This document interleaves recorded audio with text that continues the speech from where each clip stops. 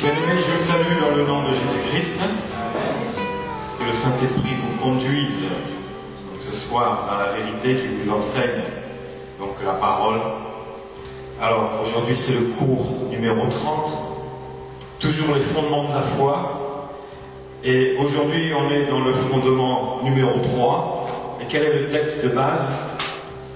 Hébreux 6. Hébreux 6, versets 1 à 3. Donc, on va voir la doctrine des baptêmes. Alors, on a vu déjà plusieurs doctrines. La semaine dernière, on était dans la doctrine numéro 4. C'était la doctrine de quoi? Baptême du Saint-Esprit.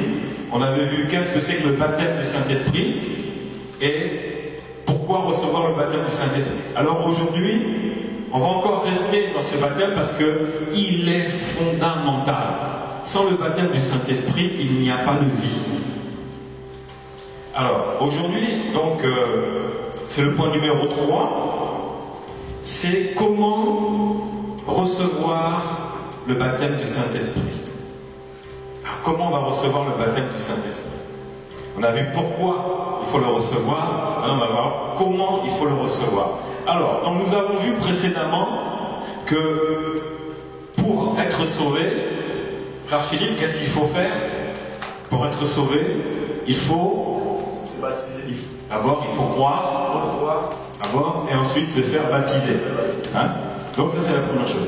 Mais et la Bible nous dit qu'on est sauvé. Oui. Sauvé. Voilà. Donc il reste l'étape maintenant essentielle.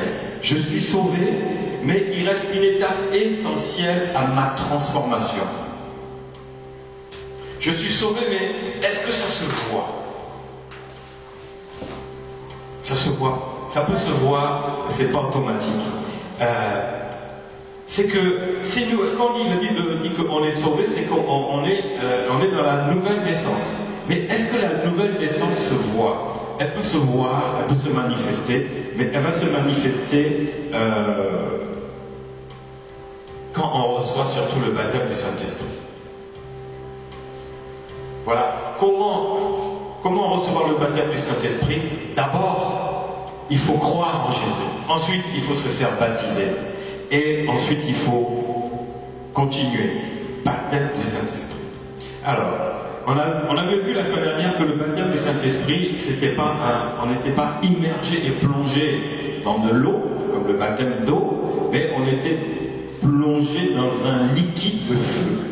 Hein? La Bible dit que vous serez baptisés d'esprit et d'eau, de feu. C'est le feu. Donc, le baptême, c'est-à-dire que c'était un feu dévorant. Mais il va se révéler. C'est un feu dévorant qui va révéler la réalité de la présence du Saint-Esprit dans ta vie. Voilà toute la différence. Je suis né de nouveau, le Saint-Esprit est rentré en moi. Maintenant, le Saint-Esprit rentré en moi, il va se manifester.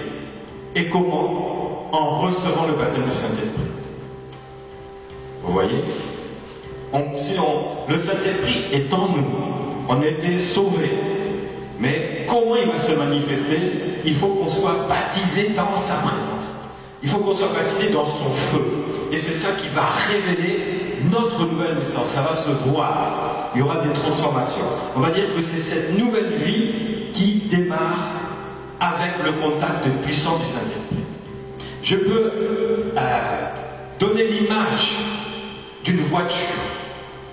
Vous voyez, une voiture ne peut pas démarrer sans une clé. La voiture, il faut porter une action sur cette clé-là. Et pour la faire tourner et démarrer la voiture. Donc, il y a la voiture, il y a la clé, et il faut tourner la clé. Ben, notre vie, c'est la même chose. La voiture, ça représente ta vie. La clé qui rentre maintenant dedans, c'est Jésus. Jésus est la clé de ta vie. Maintenant, la clé est dans la serrure. Qu'est-ce qu'il faut faire? Il faut tourner, il faut actionner. Tu dois actionner, faire l'action. Et ça, c'est l'action puissante du Saint-Esprit dans ta vie. Tant que la voiture n'a pas démarré, ta vie spirituelle, elle est encore au point mort. Jésus est rentré dans ta vie, il a mis la clé, mais tant que le contact n'a pas été tourné, la clé n'a pas été tournée, ta vie n'a pas réellement démarré. C'est pour ça que vous avez entendu un témoignage sur moi dimanche dernier par l'évangéliste Grâce, que je remplissais des autocars. Hein? Parce qu'avant, je croyais en Dieu. Bon, j'étais de confession catholique, donc je croyais en Dieu. Après, je suis rentré dans une église protestante, je croyais toujours en Dieu, voire un peu plus parce qu'on m'expliquait des choses. Et puis, j'ai commencé à voir. Après, on m'a dit, est-ce que, comme tu crois, est-ce que tu veux te faire baptiser? J'ai dit, je suis déjà baptisé. Non, mais ça, c'est... On va te montrer le baptême d'eau chrétien. Quand on m'a expliqué ça, j'ai dit, ah, si, comme il faut que je croie par moi-même, moi, je veux croire. Parce que j'avais 6 mois, je ne croyais pas. C'était pas possible. Donc, oui, effectivement, je crois que Jésus est mon Seigneur et Sauveur. Je veux me faire baptiser. Je me suis fait baptiser. Mais le pasteur avait dit, toi, je ne sais pas qu'est-ce qu'il a vu en moi, il dit, arrête tout ce que tu fais là, à droite, à gauche, là, arrête ça. Mais je n'ai pas arrêté. J'ai pas arrêté, parce que je n'avais pas été baptisé du Saint-Esprit derrière. Donc, ma vie avait continué la même, et je continuais à remplir mon autocar. Mais à un moment, quand le Saint-Esprit est rentré dans ma vie, c'est lui qui a démarré la clé de ma vie. Ah, et là c'est parti.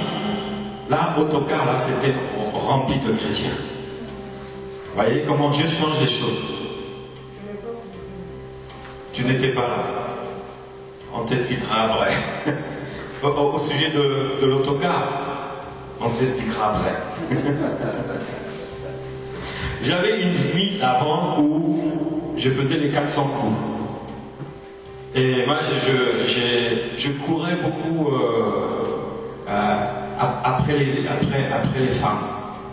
Mais je m'étais fixé une règle, pas les femmes mariées, que les femmes célibataires. Parce que je ne voulais pas conduire avec les hommes, les maris, non. Voilà, et puis je ne voulais pas casser les foyers. Donc ça, c'était ma vie d'avant.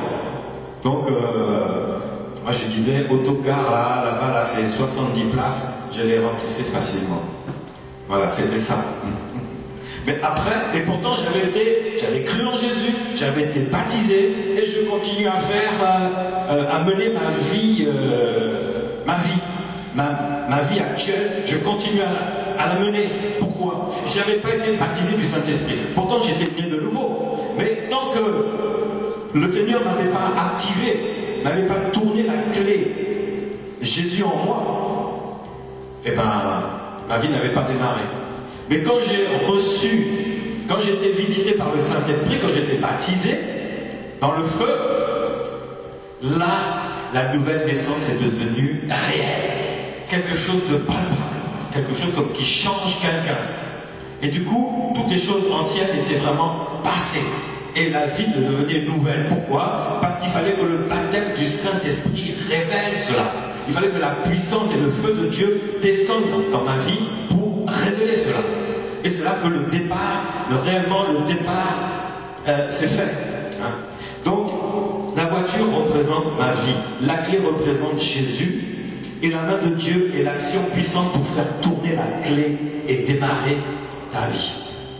Voilà. Sinon, et d'ailleurs, on peut voir l'histoire des 12 apôtres, c'était une catastrophe. Quand Jésus était parti, Pierre a renié Jésus, Judas s'est suicidé, et les 10 autres apôtres, là, ils se sont carrément barrés. Ils ont abandonné Jésus. Pourquoi? Ils n'avaient pas été baptisés du Saint-Esprit. Vous voyez? Même ils étaient avec Jésus, ça n'a rien changé. Quand Jésus est parti, il a accompli sa mission, il a dit une chose, restez à Jérusalem. La chose qu'il a dit. Et on va le voir. Parce que le baptême du Saint-Esprit allait venir dans ce lieu. Et c'est à partir de là que tout a commencé. Dans ta vie, tu as besoin de passer par les étapes, d'avoir Jésus dans ta vie. Tu vas croire, tu seras baptisé, mais ça n'est pas suffisant pour que ta vie soit transformée, pour que ta vie soit changée. Tu as besoin d'expérimenter la puissance du Saint-Esprit. Il est en toi, mais il veut se manifester en toi. Voilà comment recevoir le baptême du Saint-Esprit. Ce baptême est donné à tous ceux qui désirent avancer avec Jésus. C'est-à-dire, démarre ta vie. avance avec Jésus. Ce baptême, c'est un désir personnel. Le salut est personnel. Le baptême du Saint-Esprit, il est aussi personnel. Parce qu'il va avec le salut, il révèle la puissance du salut. Sinon, on sera comme des chrétiens qui marchent de la manière des païens, ni plus ni moins. Alors, comment recevoir le baptême du Saint-Esprit? C'est tout un processus. D'abord, il faut recevoir Jésus-Christ et croire en Jésus-Christ. On l'a vu cela, hein? Jean 1,12. Mais à tous ceux qui l'ont reçu, à ceux qui croient en son nom, elle a donné le pouvoir de devenir enfant de Dieu. Donc, première chose, c'est tu crois en Jésus, tu reçois Jésus dans ta vie, tu te fais baptiser, tu deviens un enfant de Dieu. C'est-à-dire qu'avant, tu n'étais pas enfant de Dieu, tu étais enfant de quoi? Enfant du diable. Ni plus ni moins. Nous tous, avant, les apôtres disaient, avant, on était tous enfants du diable. Dans la perdition. On reçoit Jésus, on ne devient des enfants de Dieu. On avait vu ça dans le plan du salut déjà. Hein? Acte 19, 2 dit, avez-vous reçu le Saint-Esprit quand vous avez cru? Ils répondirent, nous n'avons même pas entendu dire qu'il y avait un Saint-Esprit. Beaucoup entendent parler qu'il y a un Saint-Esprit, mais ils ne savent même pas comment l'approcher. Oh, au nom du Père, du Fils et du Saint-Esprit, Amen. Moi j'ai fait ça quand j'étais jeune. Quand tu finis ta prière, ou tu commences la prière, tu fais le signe de croix. Mais tu as dit le Père, le Fils et le Saint-Esprit, mais finalement, est-ce que je connaissais le Saint-Esprit? Non. Je connaissais son nom, mais je ne savais même pas qui il est. Comment ça se passait avec lui? Je ne savais même pas qu'il pouvait être là pour moi. Et eux aussi, dans Acte 19, là c'est Paul qui s'adressait aux disciples de Jean, Jean le Baptiste. Ils avaient été baptisés par le baptême de Jean, le baptême de repentance, mais ils n'avaient pas été baptisés du baptême de Jésus parce qu'ils n'avaient même pas entendu parler de l'évangile de Jésus et encore moins du coup du Saint-Esprit. Et eux, ils avaient été baptisés de ce baptême. Donc Paul les a baptisés du baptême d'eau de Christ et en plus, il les a baptisés aussi dans le Saint-Esprit. Baptême du Saint-Esprit avec. Donc il faut savoir que tu crois en Jésus, tu reçois Jésus, il faut savoir que le Saint-Esprit est aussi important que Jésus. Parce que c'est l'Esprit de Jésus qui est là, c'est l'Esprit de Dieu. C'est pour ça qu'il a dit, je ne vous laisserai pas orphelin, je viendrai à vous. Donc comment? Par l'Esprit Saint. L'Esprit Saint, c'est une part de Christ. C'est aussi la nature de Christ. Alors, donc, d'abord pour recevoir, il faut d'abord croire.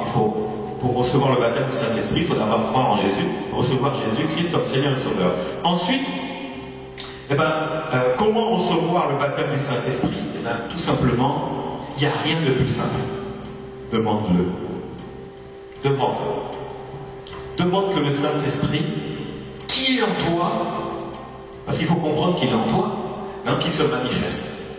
Saint-Esprit, si tu es réellement en moi, je demande à te voir.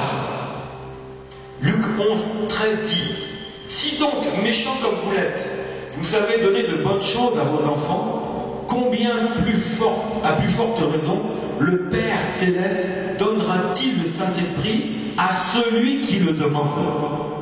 Nous devons demander le Saint-Esprit dans notre vie. Ne sais-tu pas que tu es le temple du Saint-Esprit qui habite en toi? Mais à ce moment-là, le Saint-Esprit c'est une puissance. Moi je demande à voir. Je demande à voir la puissance du Saint-Esprit se manifester dans ma vie. Donc, bien aimé, tu dois le demander. Si tu ne le demandes pas, comment le Saint-Esprit va se manifester? Donc, tu veux recevoir le Saint-Esprit, demande. C'est très simple. Seigneur, tu as dit que tu enverras le consolateur. Seigneur, tu m'as dit que le consolateur est en moi. Seigneur, je veux vivre maintenant, je veux voir sa présence. Je veux voir sa puissance en moi. Demander, c'est prier. Fais cette prière-là, mais avec conviction. Il faut désirer recevoir le Saint-Esprit. Mais tu dois le désirer dans ton cœur. Parce que sinon, il y aura un petit problème. Car Dieu ne force personne. Dieu ne va pas te forcer à ce que tu sois rempli de son esprit. Il ne va pas te le forcer. Il attend que ça vienne de toi. Moi, je me souviens de quelqu'un en Bretagne. Je dis, tu vas voir, le Saint-Esprit va te visiter. Quand tu dois t'enfermer, tu vas commencer à prier. Il va te visiter. Mais demande-lui, invoque-le. Il avait commencé à le faire. Et puis dans la soirée, il m'appelle en tremblant. Il dit, j'ai fait comme tu m'as dit. Je me suis assis. J'ai demandé à ce que le Saint-Esprit vienne dans ce lieu. Il se manifeste, que je vois sa puissance. J'ai vu comme quelqu'un qui était à côté de moi. J'ai peur. Qu'est-ce que c'est? Est-ce que c'est un fantôme? Est-ce que c'est un démon? Ou c'est le Saint-Esprit? Je lui ai posé la question, qu'est-ce que tu as fait? Il dit, j'ai demandé le Saint-Esprit. Eh bien, c'est le Saint-Esprit qui est là. Il a demandé ardemment, il voulait. Parce que c'est quelqu'un qui pratiquait les arts divinatoires, la magie, les choses de sorcellerie. Lui marchait avec ces choses-là. Quand il dit quelque chose, il sait que la chose arrive parce que derrière, il y a une puissance. Et quand je lui ai dit, laisse tomber, viens à Jésus, il y a une puissance qui est plus grande. Et tu vas voir que c'est de la même manière, mais demande à Jésus-Christ, demande que le Saint-Esprit soit manifesté, désire-le, demande-le. Et là, il avait peur. Alors quand il faisait sa sorcellerie, là, il n'avait pas peur, parce qu'il était habitué dedans. Mais quand le Saint-Esprit était là, à côté, dans la cuisine où il priait, et là il avait peur, il m'a appelé. J'ai dit, t'inquiète pas, le Saint-Esprit est là, continue à prier. Il faut le demander. Tu veux recevoir le baptême du Saint-Esprit, demande-le. Ensuite, comment recevoir le baptême du Saint-Esprit? La Bible nous explique là que Dieu donne son esprit à ceux qui lui obéissent. Obéir à la parole de Dieu. Obéir aux pensées qui viennent du Seigneur. Acte 5, 29, Pierre et les apôtres répondirent, il faut obéir à Dieu plutôt qu'aux hommes. Le Dieu de nos pères a ressuscité Jésus, que vous avez tué le pendant au bois. Dieu l'a élevé par sa droite comme prince et sauveur pour donner à Israël la repentance et le pardon des péchés. Et nous sommes témoins de ces choses, de même que le Saint-Esprit que Dieu a donné à ceux qui lui obéissent. Mais il faut obéir à la parole de Dieu. Parce que si tu désires avoir le Saint-Esprit, si tu le demandes, je veux dire, si tu demandes le Saint-Esprit, il faut obéir. Parce que si tu marches dans la désobéissance, dans le péché ou l'iniquité, eh bien le Saint-Esprit ne va pas se manifester. Et c'est ça le problème de beaucoup d'enfants de Dieu. Ils font le yo-yo avec le Saint-Esprit. Le Saint-Esprit ne peut pas marcher avec la désobéissance de la parole de Dieu. Tu veux recevoir le baptême du Saint-Esprit, marche dans l'obéissance à la parole de Dieu, parce que la Bible dit que l'obéissance vaut mieux que tous les sacrifices. C'est comme ça que le roi Saül a perdu l'onction, a perdu la présence du Saint-Esprit dans sa vie. Il s'est rendu compte qu'à ne pas obéir, on perd la relation. Et là, on n'est plus baptisé. On n'est plus dans la puissance. On était baptisé. Le Saint-Esprit était sur lui, mais par la désobéissance, il n'y avait plus rien. Il n'y avait plus rien. L'obéissance. Tu veux recevoir le baptême du Saint-Esprit? Obéis à la parole de Dieu. Tu veux conserver la puissance du Saint-Esprit? Continue à obéir à la parole de Dieu. C'est ça le problème des chrétiens. J'ai obéi à la parole de Dieu, j'ai goûté à la puissance du Saint-Esprit. Mais le problème, c'est que après, j'ai commencé à ouvrir des vieilles portes, laisser rentrer des mauvaises choses dans ma vie. Et je ne voyais plus la puissance du Saint-Esprit. Je ne sentais même plus le Saint-Esprit. Parce que si tu sens le Saint-Esprit, c'est parce qu'il y a un feu dans ta vie. Le feu est allumé. D'accord? Mais si tu commences à pécher, là tu vas éteindre le feu. Les comportements vont éteindre le feu et tu vas te dire, mais est-ce que le Saint-Esprit est encore dans ma vie? Tant que tu te poses la question, c'est que oui, le Saint-Esprit est dans ta vie. Mais seulement, c'est la relation à cause de la désobéissance qui fait que, eh bien, on sent plus ce feu en nous. C'est le feu du péché que l'on sent. Mais le Saint-Esprit va murmurer maintenant pour dire, écarte, enlève ça, enlève ça. Et quand on va commencer à revenir dans l'obéissance, le Saint-Esprit il va brûler encore. Il va brûler. Et c'est reparti. La Bible dit aussi dans Actes 1,4, comme il se trouvait avec eux, il leur recommanda de ne pas s'éloigner de Jérusalem, mais d'attendre ce que le Père avait promis, ce que je vous ai annoncé, leur dit-il, c'est-à-dire le Saint-Esprit. Ils avaient dit, obéissez aux 12 apôtres, restez à Jérusalem. Ils ont obéi, et c'est là qu'ils se sont retrouvés dans la chambre haute, en train de prier. Et c'est là qu'on a vu le Saint-Esprit arriver, sous un vent impétueux, avec des langues semblables à une langue de feu descendre sur chacun d'eux. Qu'est-ce qui s'était passé? Ils avaient obéi au Seigneur. Restez à Jérusalem. Dieu des fois nous dit aussi, reste là, fais ça, et le Saint-Esprit va rentrer. Un chrétien né de nouveau doit marcher dans l'obéissance.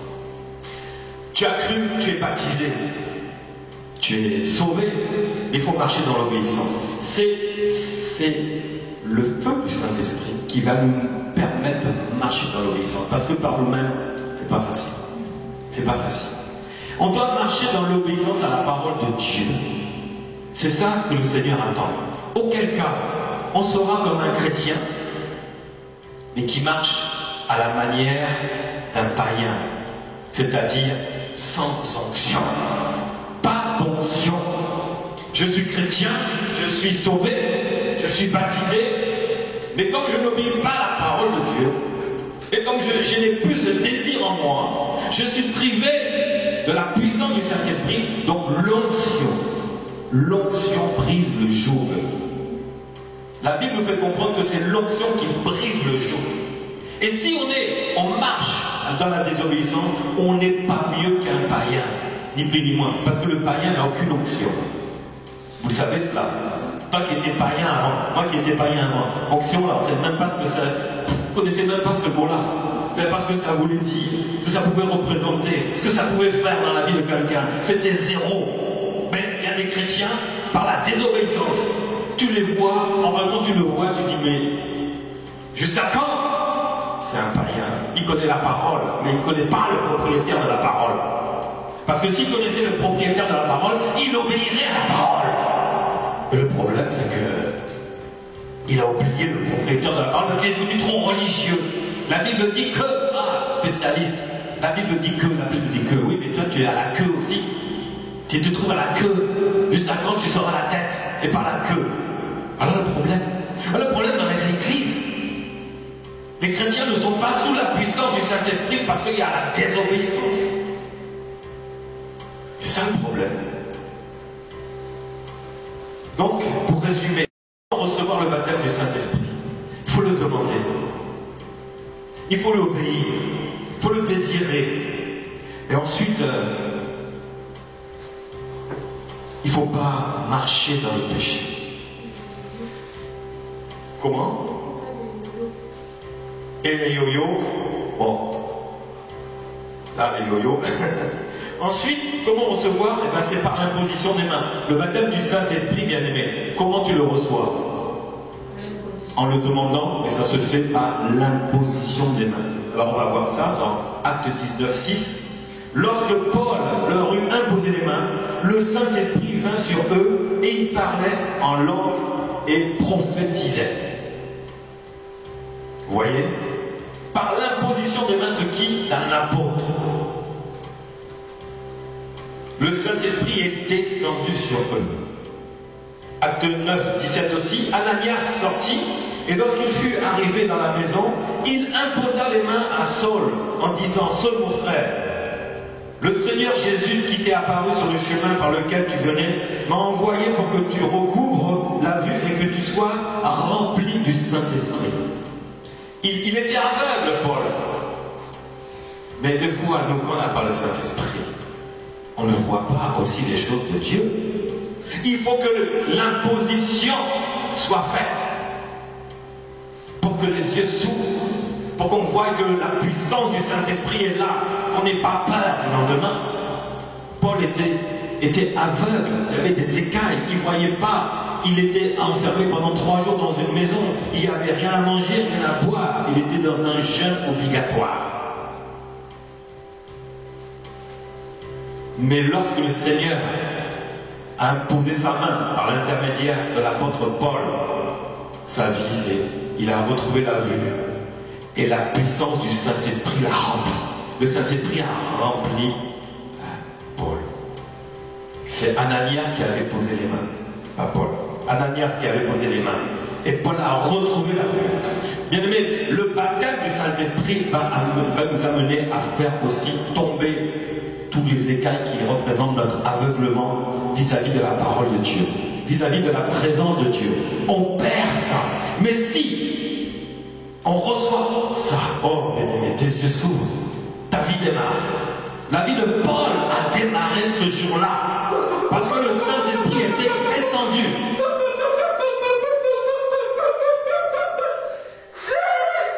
Il était descendu. C'est ce qu'il fait encore, il descend. Quand on impose les mains, reçois le Saint-Esprit. Mais tu es rempli du Saint-Esprit. Tu es rempli du Saint-Esprit. Acte 8, 14 dit, les apôtres qui étaient à Jérusalem ayant appris que la Samarie avait reçu la parole de Dieu, y envoyèrent Pierre et Jean. Ceux-ci arrivés chez les Samaritains, prièrent pour eux, afin qu'ils reçoivent le Saint-Esprit. Car il n'était pas encore descendu sur eux. Il avait seulement été baptisé au nom du Seigneur Jésus-Christ. Alors Pierre et Jean leur imposèrent les mains et ils reçurent le Saint-Esprit. Pourtant, Philippe, c'était un diacre. Après avoir servi aux tables, qu'est-ce qu'il est parti? Il est parti se promener dans une ville de la Samarie et il a annoncé le royaume des cieux, que Jésus-Christ était le Seigneur et Sauveur, c'était le Messie que le peuple attendait. Et les gens ont cru, il y a eu des miracles, des guérisons et des délivrances. Ils ont reçu Jésus-Christ parce que les Samaritains c'était des païens. Ils ne croyaient pas en Dieu. Mais Philippe leur a annoncé cela. Et les miracles se sont répandus dans la ville. Les gens ont cru à Jésus. Et Philippe les a tous baptisés. Mais ils n'avaient pas été baptisés du Saint-Esprit. Quand les apôtres Pierre et Jean ont entendu cela, ils se sont précipités pour que tous reçoivent le baptême du Saint-Esprit. Parce que le baptême du Saint-Esprit va transformer leur vie, comme il transforme ta vie, bien-aimé. Tu dois recevoir le baptême du Saint-Esprit et de feu. Baptême d'esprit et de feu, l'esprit de Dieu et le feu de Dieu dans ta vie. C'est à ce moment-là que ta vie sera vraiment révélée. Tu vas avoir des choses nouvelles. C'est pour ça que la Bible dit qu'en Christ, les choses anciennes sont passées. Toutes choses deviennent nouvelles en Christ. Il faut recevoir le baptême de l'Esprit Saint, le consolateur qui vient dans ta vie, qui va t'ouvrir les yeux. Et tes yeux ouverts, ta vie démarre. La Samarie a démarré parce que Pierre et Jean sont venus répandre le baptême du Saint-Esprit. Ils ont été baptisés d'eau par Philippe, ils ont été baptisés du feu par les apôtres. Chacun avait sa mission. Pourquoi Philippe n'a pas baptisé du Saint-Esprit? C'était pas sa mission. Il fallait que les apôtres viennent, parce que c'était les apôtres qui avaient reçu cela. Et Philippe n'était encore qu'un diacre. Vous voyez? Il est important que nous soyons remplis du Saint-Esprit. Ensuite, donc par imposition des mains, et ensuite par la prière, comme tu avais dit tout à l'heure, Sœur Laure, il faut être dans la prière. Il faut persévérer dans la prière. Qu'elle soit personnelle ou collective. Ce soir, on va faire... Tu fais des prières personnelles chez toi. Ce soir, on va faire une prière collective. Et je crois que le temps est propice à cela. On va vite finir, on va faire une prière collective. Que le Saint-Esprit maintenant soit sur chacun de vous qui êtes ici. Alléluia.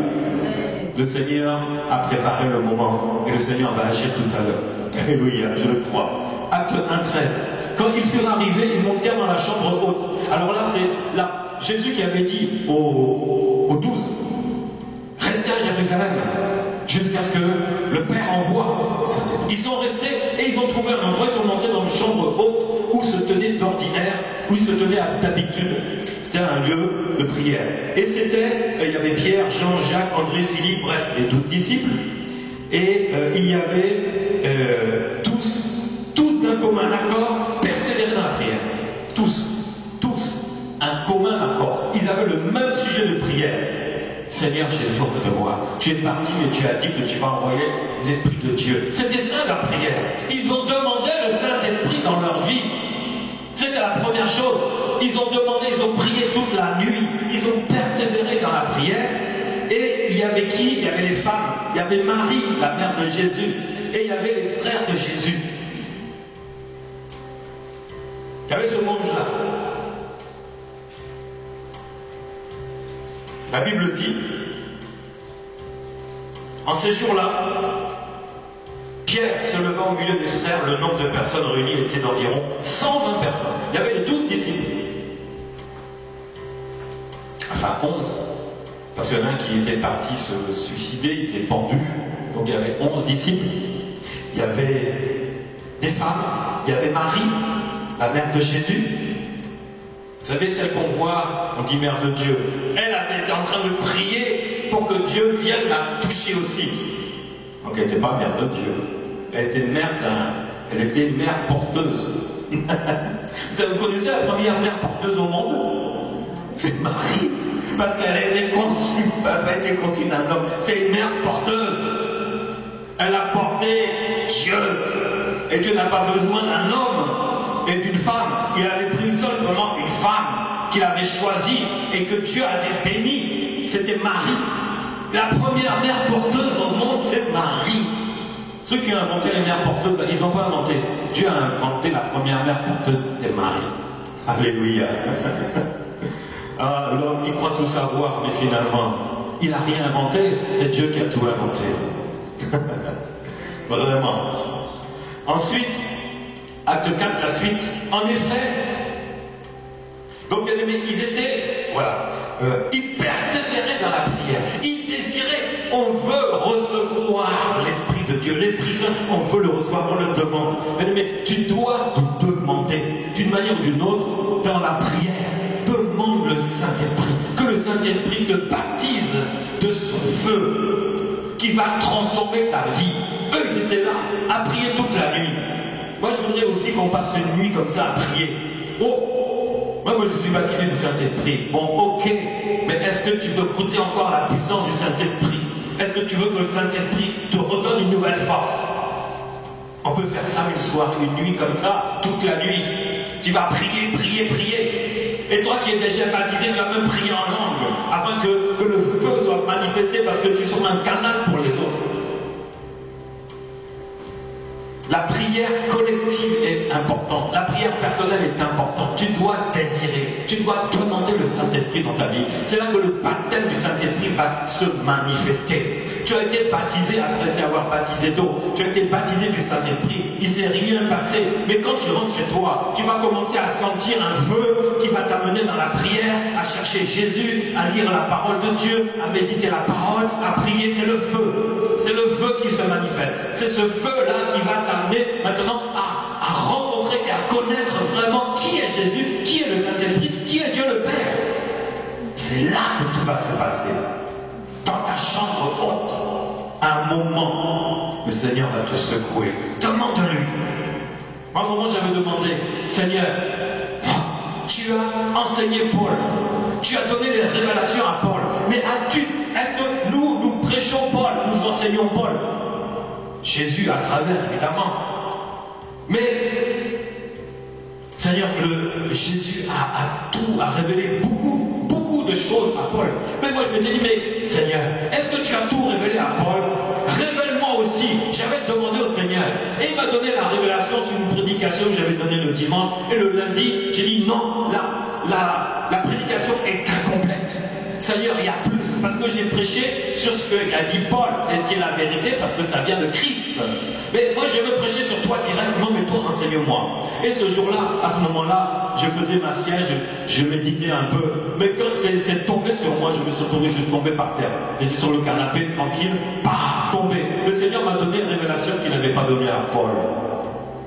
Mais oui, Paul a une vie limitée dans le temps. et la parole n'est pas limitée. Dieu n'a pas. Est-ce que Dieu peut tout révéler à un seul homme et les autres? Et en faire un coup? Non. Dieu va te révéler quelque chose, peut-être même une chose. Mais cette chose-là va transformer ta vie. Avec cette chose-là, tu vas aller dans le monde entier. Une parole, une révélation.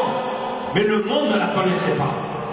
Il faut que la relation avec le Saint-Esprit soit réelle. Et là, il va te révéler quelque chose. Il va t'envoyer à travers le monde avec cette parole-là. Et on dira, mais d'où tu tiens ça? J'ai dit, je le tiens parce que le Saint-Esprit s'est révélé en moi. Il y a un feu qui a brûlé. Il m'a montré la preuve que je lui ai demandé. Voilà, bien-aimé. C'est comme ça que ça fonctionne. Tu veux voir le Saint-Esprit se manifester dans ta vie. Il va le faire si tu lui demandes. Et si tu lui obéis. Là, obéis tous les jours. Oh, bien-aimé, je ne te donne pas 2 semaines. 2 semaines sans que le Saint-Esprit fasse sortir un feu de toi. Un feu. Tu seras un feu dévorant pour les autres. Je ne te donne pas 2 semaines. Testé et approuvé par moi-même. Parce que je l'ai expérimenté 2 semaines. À être prié d'une certaine manière, pour moi, c'est Dieu me conduit dans la prière en langue 2 semaines. Vous avez vu ce qui s'était passé un dimanche? C'était 2 semaines.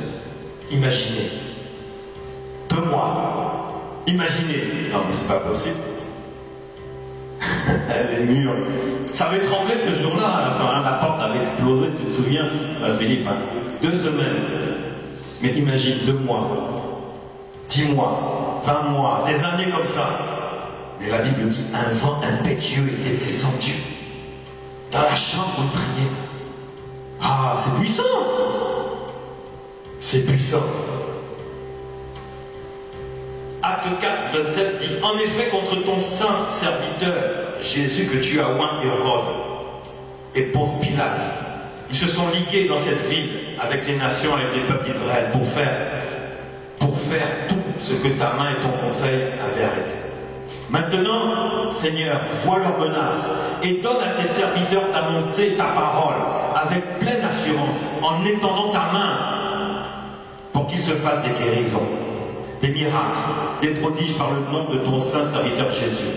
Quand ils eurent prié, le lieu où ils étaient assemblés trembla. Ils furent tous remplis du Saint-Esprit et ils annonçaient la parole de Dieu avec assurance.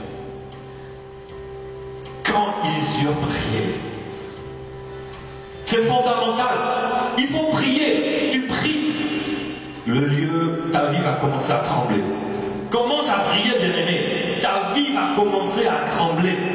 Et tu seras tellement rempli du Saint-Esprit que tu vas annoncer la parole de Dieu avec assurance. Tu verras à travers toi comment Dieu va opérer des guérisons, des délivrances, des miracles, des prodiges, des restaurations. Il va répandre son salut. C'est en priant, il n'y a rien d'autre. Demande-le, demande-le. Seigneur, comme le jour de la Pentecôte, aussi Seigneur, je te demande que je veux expérimenter cela aussi. Expérimente-le. Tu lui demandes, il va le faire.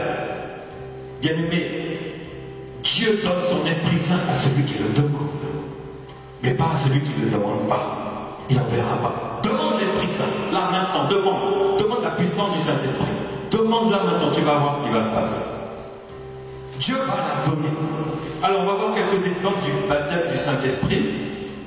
Alors, le jour de la Pentecôte, le premier baptême, on l'a lu, ils étaient tous ensemble dans un même lieu, et tout à coup vint du ciel comme un bruit, comme celui d'un vent impétueux, et il remplit toute la maison où vous étiez assis.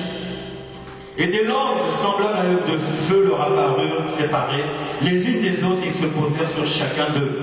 Ils furent tous remplis du Saint-Esprit. Ils se mirent à parler dans d'autres langues, selon que l'Esprit leur donnait de s'exprimer. Tous, il y avait combien de personnes? 120. Tous. Ils priaient. Que ne fait exception de personne?